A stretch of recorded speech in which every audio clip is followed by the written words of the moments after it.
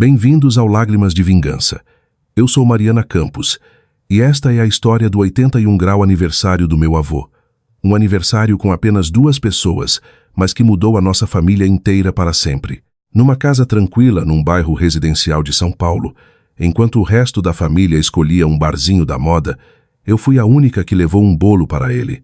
E na manhã seguinte, tudo mudou. O vô Hélio estava sentado na sua poltrona velha de couro, sorrindo quando me viu, mas suas mãos tremiam enquanto ele tentava cortar a primeira fatia. Na mesinha lateral, bem ao lado do café dele, estavam os frascos de remédio para a pressão e para o coração. Um lembrete silencioso de que a saúde dele não andava nada bem. Ninguém mais apareceu.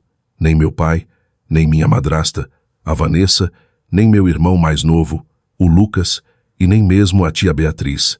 Estavam todos na grande inauguração do novo bar de uma amiga da Vanessa, na Vila Madalena. Quando liguei para lembrá-los, a Vanessa atendeu, rindo com música alta estourando ao fundo. É só o aniversário de um velho, e ele nem está se sentindo bem mesmo, disse ela.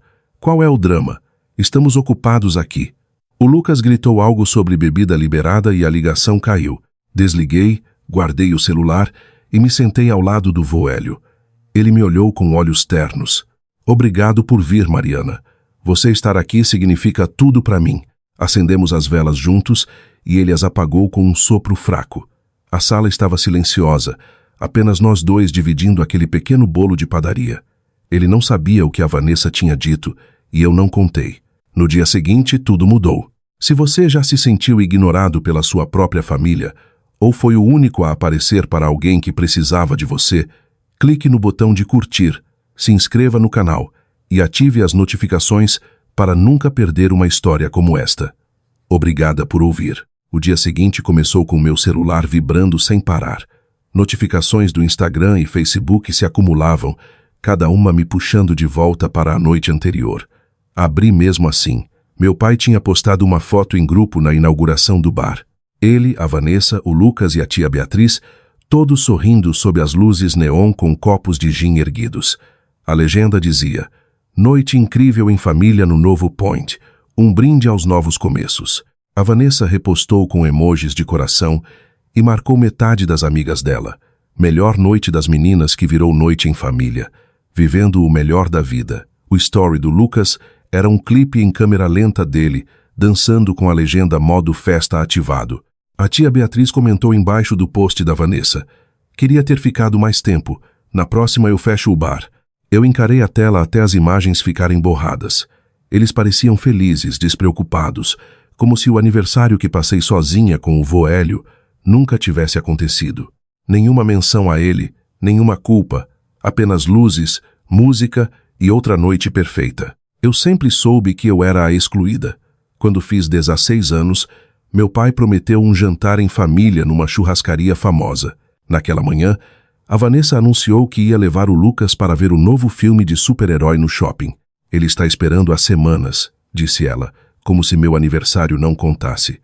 Meu pai deu de ombros e concordou. Acabei comendo pizza fria sozinha, enquanto o vô Hélio dirigiu até lá com um presentinho e ficou comigo até tarde. A Vanessa sempre garantiu que o Lucas tivesse tênis de marca a cada estação, o banco da frente no carro, a mesada extra. Aprendi cedo a parar de pedir, mas ver aqueles posts na manhã seguinte ao aniversário do vovô do eu diferente foi mais agudo. Eles não tinham apenas pulado um dia. Eles tinham escolhido uma festa em vez dele, sem pensar 2 vezes. E eu fui a única que percebeu. Peguei minhas chaves e dirigi direto para a casa do vô Hélio. O trajeto de 20 minutos pelas ruas tranquilas do bairro parecia mais longo que o normal. Quando entrei, ele estava sentado à mesa da cozinha com uma pilha de correspondência fechada. Um envelope chamou minha atenção, um aviso de corte da companhia de energia elétrica. O carimbo vermelho de atrasado se destacava. As mãos do vovô tremiam levemente quando ele empurrou o papel para o lado. Mariana, você chegou cedo, disse ele, sorrindo fracamente. Pensei que você tinha aula na faculdade. Eu faltei. Queria ver como o senhor estava. Ele assentiu, sem discutir. Sentamos juntos enquanto eu fazia um chá. Ele mencionou, de passagem, que os meninos estavam ocupados com suas próprias vidas, trabalho, amigos, Qualquer coisa que os mantivesse longe. Eles têm muita coisa na cabeça, disse ele baixinho. Eu entendo. Eu não forcei. Em vez disso, comecei a vir com mais frequência. 3, às vezes 4 vezes por semana. Eu fazia sopas simples, que ele podia comer sem muito esforço. Limpava os balcões. Ajudava ele a dar uma volta lenta no quarteirão quando o tempo não estava muito feio. A cada visita, eu notava pequenas coisas. O jeito como ele se movia mais devagar. Como às vezes esquecia de tomar os remédios até eu lembrar. Como a casa parecia mais fria, porque ele evitava ligar o aquecedor para economizar na conta de luz. Uma tarde, enquanto eu dobrava roupas na sala, ele me observou por um longo momento. Você é a única que ainda vem, Mariana, disse ele suavemente. A única que arranja tempo. Parei com uma toalha nas mãos. Eu não vou a lugar nenhum, vô. Ele olhou para o colo depois de volta para mim. Quero fazer algo por você. Algo real antes que seja tarde demais. Meu coração apertou. Larguei a toalha. Talvez devêssemos olhar seus papéis. Garantir que tudo esteja organizado do jeito que o senhor quer. Ele pensou por um segundo. Depois assentiu. Sim, vamos fazer isso. Peguei meu celular e procurei pelo Dr. Marcelo Torres, o advogado que o vovô usou anos atrás para o testamento. Liguei e marquei um horário para a semana seguinte. O vovô me observou o tempo todo, com um sorriso pequeno e grato no rosto. Pela primeira vez em muito tempo, senti que estava fazendo algo que importava. Não apenas aparecendo, mas protegendo o que restava da única família que realmente me via. Alguns dias depois, cheguei à casa do vô Hélio mais cedo que o normal. Enquanto ele descansava na poltrona, abri silenciosamente a velha gaveta de madeira no armário do corredor, onde ele guardava documentos importantes. Era a mesma gaveta que ele apontou uma vez ao falar sobre suas coisas anos atrás. Dentro havia pastas rotuladas com uma letra caprichada. Roberto, negócios. Beatriz, casa, médico. Tirei a primeira. Um contrato de empréstimo de 8 anos atrás mostrava que o vovô emprestou ao meu pai R. 100 mil para abrir uma pequena empreiteira. O negócio faliu depois de 2 anos e o empréstimo nunca foi pago. Outra folha listava pagamentos que o vovô fez mesmo assim, mês após mês. Na pasta da Beatriz, encontrei notas fiscais de reparos no telhado depois de uma tempestade forte, 6 anos atrás. Quase R. 40 mil que o vovô cobriu sem hesitar. Havia mais coparticipações hospitalares, consertos de carro, até uma entrada na primeira casa da Beatriz. Cada um assinado com a letra cuidadosa do vovô.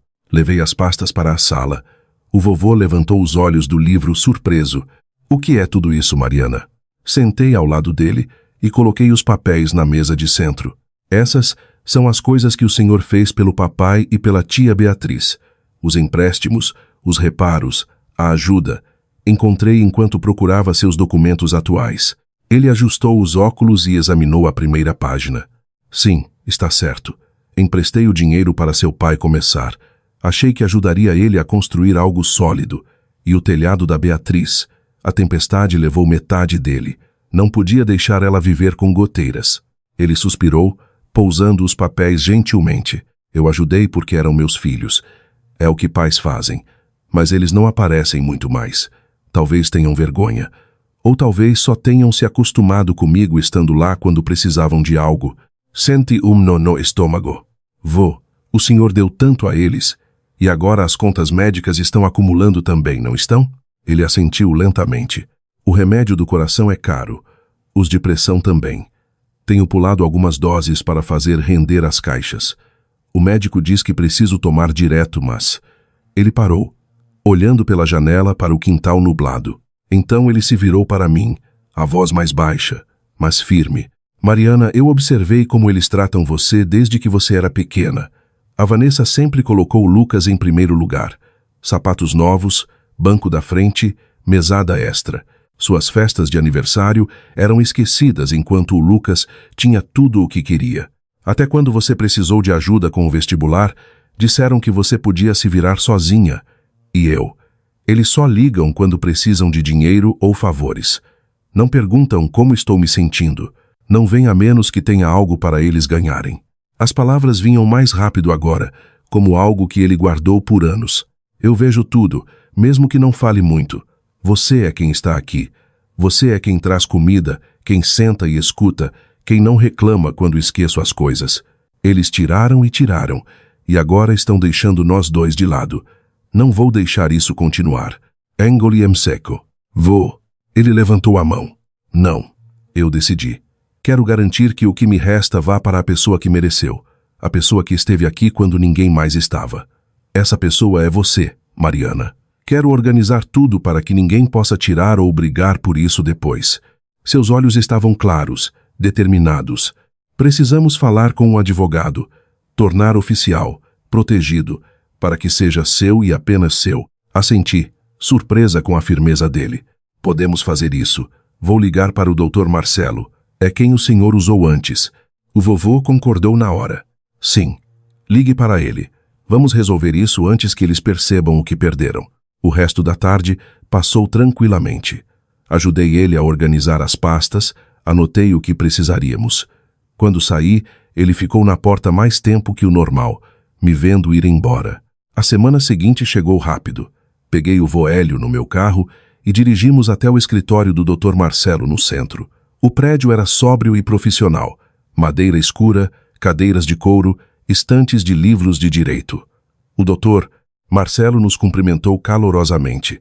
Ele conhecia o vovô desde os primeiros dias de seu planejamento patrimonial. Sentamos na sala de reuniões. O Dr. Marcelo espalhou o testamento atual e ouviu enquanto o vovô explicava as mudanças que queria.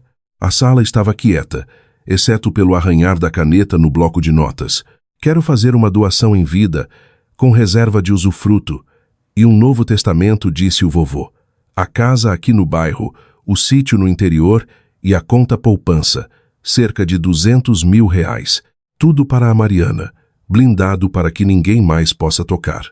O Dr. Marcelo parou de escrever por um segundo. A casa está avaliada em cerca de R$800 mil. O sítio em uns 300 mil. Poupança líquida, beneficiária única, Mariana. Nenhuma parte disponível para o Roberto ou a Beatriz, além da legítima obrigatória. Vamos usar a parte disponível para cobrir a Mariana e descontar o que já foi adiantado a eles como doação. Sim, respondeu o vovô. Quero que a Mariana tenha o controle total do que for possível. O Dr. Marcelo recostou-se. Isso é sério. A doação com usufruto significa que a propriedade passa para o nome dela agora, mas o senhor continua usando. É muito difícil de reverter. Seus filhos vão contestar. Tem certeza? O vovô olhou direto para ele. Eu dei tudo a eles. Dinheiro quando pediram, apoio quando precisaram. Eles pegaram e foram embora. A Mariana é quem ficou. Ela está aqui toda semana. Ela é quem merece. O Dr. Marcelo assentiu lentamente. Entendido. Vamos estruturar com todas as salvaguardas legais. Vamos documentar os adiantamentos feitos aos outros filhos para justificar a desproporção. Vai ficar blindado. Revisamos os detalhes linha por linha.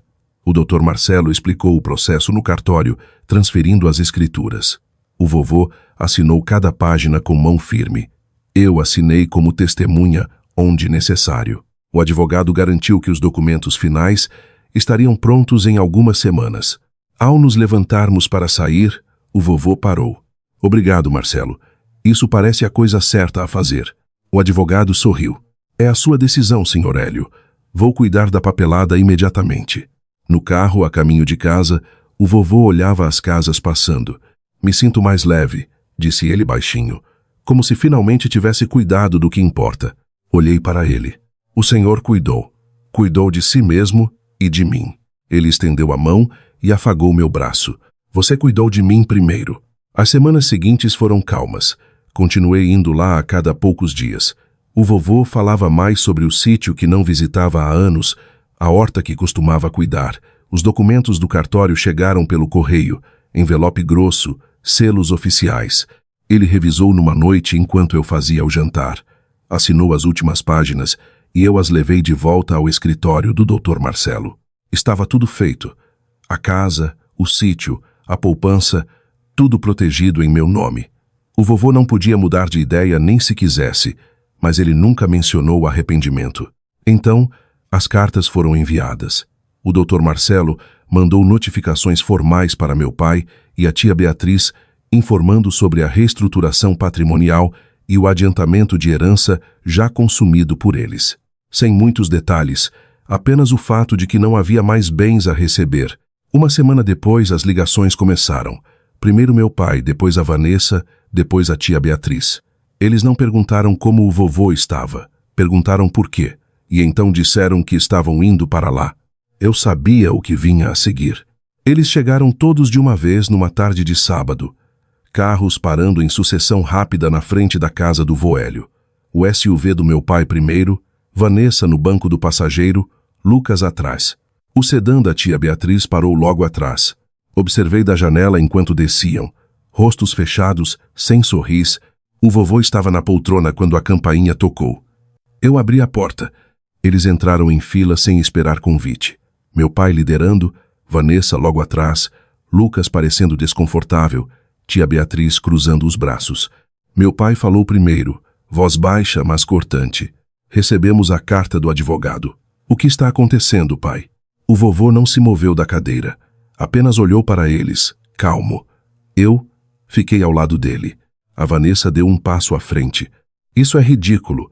O senhor não pode simplesmente nos cortar desse jeito. Eu respondi antes que o vovô pudesse. Ele não cortou vocês. Vocês se cortaram no dia em que escolheram a inauguração de um bar em vez do aniversário dele. O maxilar do meu pai trincou. Foi uma noite. Estávamos ocupados. Você está fazendo parecer que o abandonamos.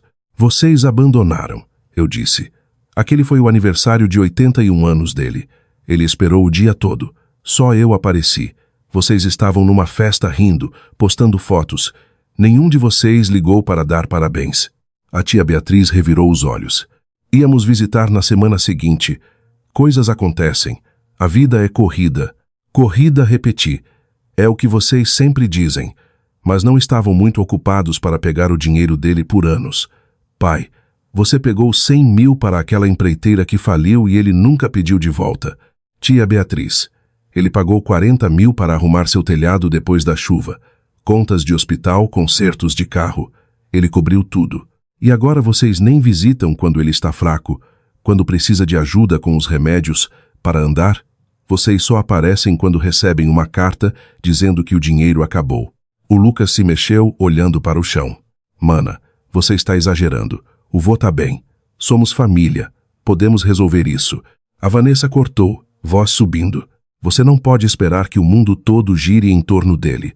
Temos trabalhos, vidas, responsabilidades. Não podemos largar tudo toda vez que ele faz aniversário ou se sente sozinho. Meu pai assentiu. Exatamente. Temos nossas próprias vidas. Não podemos estar aqui o tempo todo. Isso não significa que não nos importamos. A tia Beatriz acrescentou. Quando ele estava saudável, a gente vinha mais. Agora ele está fraco, é mais difícil. Mas isso não muda nada. Ele não pode nos punir por envelhecer. O vovô finalmente falou, voz quieta, mas clara. Não estou punindo ninguém. Só estou vendo as coisas com clareza. Vocês pegaram o que eu dei e seguiram em frente. A Mariana ficou. Ela é quem está aqui toda semana, sem desculpas. Ninguém respondeu de imediato. A sala se encheu de um silêncio pesado. Olhei para cada um deles. Vocês querem falar de família? Família aparece. Família não dá desculpas. Família não tira e depois desaparece quando é inconveniente. O vovô deu a vocês segundas chances, terceiras chances. E vocês retribuíram pulando o aniversário dele por drinks e música. Isso não é família. Isso é conveniência. Meu pai esfregou o rosto. Mariana, você não entende como é difícil lá fora. Estamos tentando. Tentando, eu disse. Tentando o quê? Lembrar dele só quando precisam de algo ou fingir que se importam quando o dinheiro some. O rosto da Vanessa ficou vermelho. Você está transformando isso em algo que não é. Nós o amamos. Só que a vida atrapalhou. A vida não atrapalhou, eu disse. Vocês escolheram deixar ela atrapalhar. E agora estão aqui porque estão perdendo algo. Não porque sentem falta dele. Não porque sentem muito. O Lucas finalmente falou, voz baixa. Você tá fazendo isso virar uma tempestade, mana. O vô tá bem. A gente pode consertar isso. O vovô balançou a cabeça devagar. Não tem nada para consertar. Eu fiz minha escolha. Está feito. Ninguém pediu desculpas. Ninguém disse que sentia muito pelo aniversário. Ninguém prometeu visitar mais. Eles apenas ficaram lá, desconfortáveis, com raiva, na defensiva. Meu pai olhou para o vovô. O senhor vai mesmo fazer isso? O vovô encontrou os olhos do filho. Eu não estou fazendo nada com vocês. Vocês foram embora há muito tempo. Eu só estou oficializando. A Vanessa bufou. Isso vai dar problema. Vocês sabem disso. O vovô não piscou. Problemas que vocês criaram, não eu. Eles foram embora logo depois. Sem abraços, sem despedidas, apenas passos pesados na varanda, portas de carro batendo, motores ligando. A casa ficou quieta novamente. Depois daquele dia, as consequências começaram a aparecer. Meu pai vendeu a casa de praia dele primeiro. Aquela que o vovô pagava o condomínio e o IPTU há anos para dar uma força. Ele anunciou na internet em um mês. Disse ao vovô pelo telefone que era por causa de despesas inesperadas. Mas nós dois sabíamos a verdade. Sem a ajuda mensal do vovô, a casa de praia virou um peso que ele não podia carregar. A venda foi rápida. Meu pai pegou o dinheiro, mas nunca mencionou visitar o vovô de novo. A situação da tia Beatriz foi pior. As parcelas da casa dela estavam atrasadas há tempos. O vovô costumava mandar um extra quando ela apertava, chamando de ajudinha. Agora essa rede de segurança tinha sumido. O banco mandou avisos, depois uma notificação de leilão. Ela tentou negociar, mas sem a herança com que contava, perdeu a casa. Mudou-se para um apartamento pequeno no centro. Soube por uma vizinha, não por ela. Ela não ligou para o vovô para explicar ou pedir desculpas. O Lucas mandou uma mensagem de texto algumas semanas depois do confronto. Ei, mana, vou ver o vô no fim de semana. Prometo. Ele não apareceu, nem naquele fim de semana, nem no próximo. Nunca. As redes sociais dele continuaram cheias de festas e tênis novos. A promessa era vazia, assim como o resto. Todas as manhãs, eu estava lá pelo vô Hélio. Chegava cedo, fazia o café do jeito que ele gostava, preto e sem açúcar, e entregava os remédios com um copo d'água. Fazia cafés da manhã simples, mingau de aveia, ovos mexidos quando ele tinha mais fome. Conversávamos sobre coisas pequenas, os passarinhos no comedouro, as notícias antigas do tempo de trabalho dele. Ele não reclamava muito. Parecia apenas grato. A casa parecia mais quente com a rotina. Eu limpava, dobrava a roupa dele, ajudava ele a ir até a varanda quando o sol saía. Ele se apoiava em mim mais a cada semana, mas seus olhos estavam mais claros, menos preocupados. Ele me disse uma vez, enquanto tomávamos chá, não me sinto mais sozinho. Isso vale mais do que o dinheiro jamais valeu. Sorri, embora minha garganta apertasse. O senhor não está sozinho, vô. Não enquanto eu estiver aqui. Ele assentiu devagar. Eu sei. E isso é o suficiente. A saúde dele declinou constantemente. As visitas médicas aumentaram. A dose do remédio do coração subiu. Alguns dias, ele ficava na cama por mais tempo. Eu ajeitava os travesseiros, lia o jornal em voz alta quando os olhos dele cansavam, segurava sua mão durante as tardes silenciosas. Ele nunca perguntou sobre os outros, nunca tocou no assunto do testamento ou das cartas. Ele apenas focou nos dias que tínhamos. Alguns meses depois, o vô Hélio começou a apagar mais visivelmente. A respiração ficou mais curta. O médico disse que era hora de se preparar. Mudei para o quarto de hóspedes para poder estar lá à noite. Mantínhamos as cortinas abertas durante o dia para que ele pudesse ver o quintal.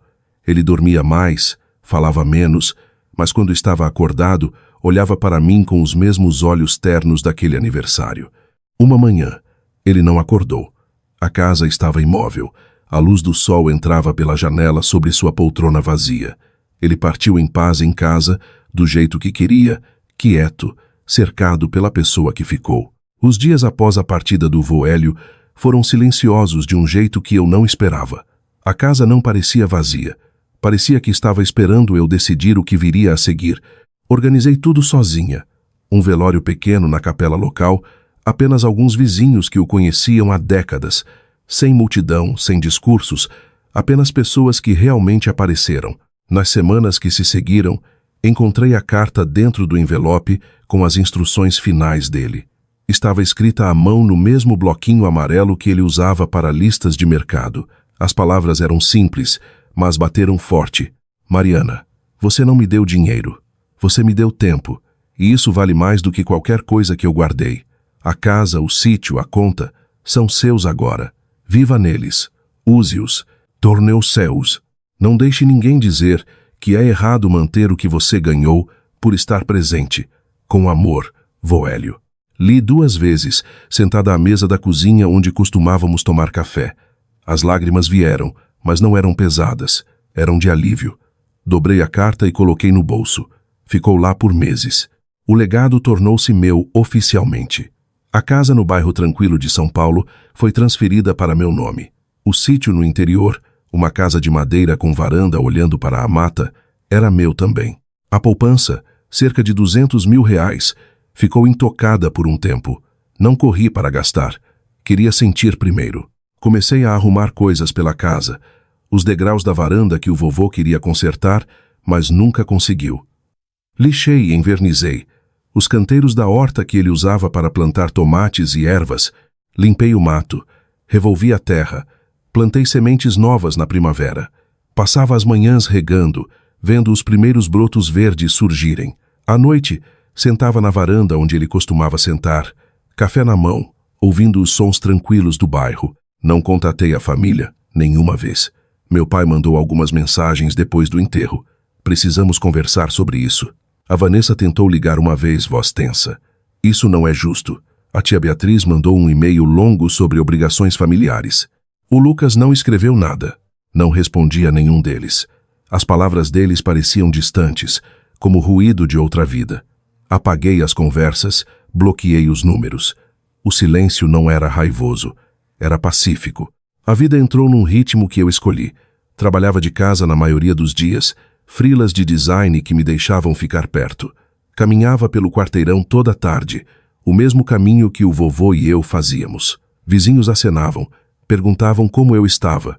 Eu dizia a verdade. Eu estava bem, melhor do que bem. Numa manhã de inverno, o frio estava intenso e uma garoa fina caía sobre a cidade, daquele tipo que molha tudo sem fazer barulho. Me agasalhei, peguei o regador, mais por hábito do que necessidade, e fui para o quintal. As plantas estavam úmidas e o chão frio, mas afastei algumas folhas secas, gentilmente, checando o verde que resistia por baixo.